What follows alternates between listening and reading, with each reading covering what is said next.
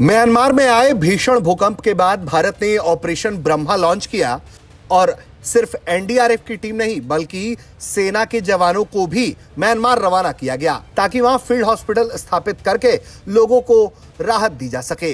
अब हम आपको दिखाएंगे और सुनाएंगे वो बात जो वहां काम कर रहे भारतीय सैनिक बता रहे हैं।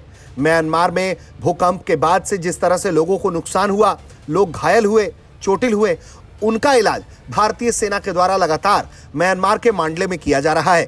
मांडले में स्थापित भारतीय सेना के फील्ड हॉस्पिटल पर कमांडिंग ऑफिसर लगातार अपनी निगरानी में कामकाज करवा रहे हैं। सुनिए उन्होंने क्या कुछ बताया है। पहली बार रही है कि हम किसी नेचुरल डिजास्टर की किया ना। हमने पहले भी नेपाल, इंडोनेशिया, तुर्की में और अभी म्यांमार में हमने मदद का हाथ बढ़ाया है। और ये हॉस्पिटल जो है वो पूरी इक्विप्ड है पेशेंट्स को देखने के लिए। और प्रेजेंटली हमने ये सेटअप तैयार किया है। इस पर हम सिर्फ जो डिज़ास्टर और अर्थक्वेक से इफ़ेक्टेड लोग हैं इनका भी ट्रीटमेंट कर रहे हैं, उनका भी प्राइज कर रहे हैं, उनके सर्जरीज भी कर रहे हैं। उसके अलावा जो ईपीडी के लिए आए हैं या और लोगों परेशान है उसका भी इलाज ही यहाँ पर इनको भी। हम देख रहे हैं सर, यहाँ पे लोग लगातार आए जा रहे हैं, तो उसके पीछे वजह क्या है? तो अभी भी मैं देख रहा हूँ बच्चे आ रहे हैं इल्तहाक करते हुए, तो वजह क्या है, क्यों यहाँ पे अभी भी लोगों का आना जारी है? देखिए मेरे जो समझ है उसके हिसाब से इसकी दो वजह है। पहली वजह तो ये है कि जो मेडिकल सिस्टम है यहाँ का वो शायद इतना सक्षम नहीं है या उसमें इतनी ज़्यादा डिफ़िकल्टी आ रही है बिकॉज ऑफ अर्थक्वेक, क्योंकि उनकी कई बिल्डिंग्स जो है वो बंद हो गई हैं और उनकी जो कुछ बिल्डिंग्स हैं वो टूटती गई हैं। तो ओवरऑल उनकी क्षमता जो पेशेंट की बीट करने की वो भी कम हो गई है। और दूसरी चीज़ ये भी है कि पेशेंट भी ज़्यादा। तो इन दो कारण हैं कि पेशेंट यहाँ पे आ। फिर कुछ ऐसे पेशेंट हैं जो कई दूर दराज से जिनके पास हमारा अस्पताल वो पास पड़ता है वो यहाँ पे आए।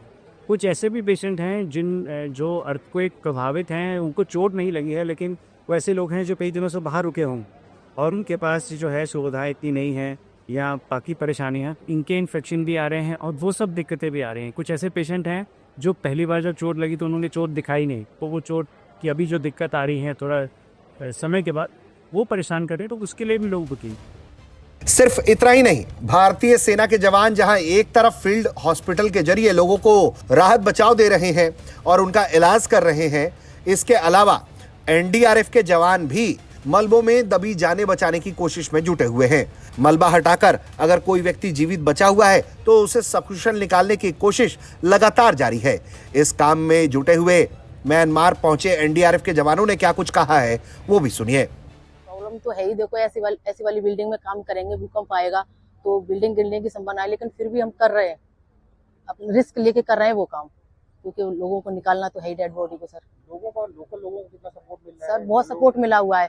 कल हम यहाँ पे आए थे ना, दो के एक बेटी थी और एक की बहन थी, उन लोगों ने हमको बहुत वो किया, बोले हम आप आए यहाँ, हमें ऐसा महसूस हो रहा है कि जैसे आप लोग हमारे जो भी बचे हुए हैं उनको बचाओगे।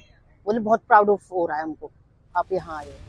यही वजह है कि जब बिम्स्टेक से इतर भारत के प्रधानमंत्री नरेंद्र मोदी की मुलाकात म्यांमार के सीनियर जनरल मिन औंग से हुई तो उन्होंने भारत को इस त्वरित मदद के लिए धन्यवाद दिया है।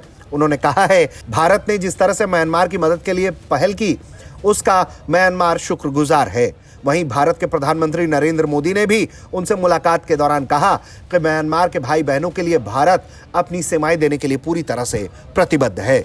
ब्यूरो रिपोर्ट, भारत तक।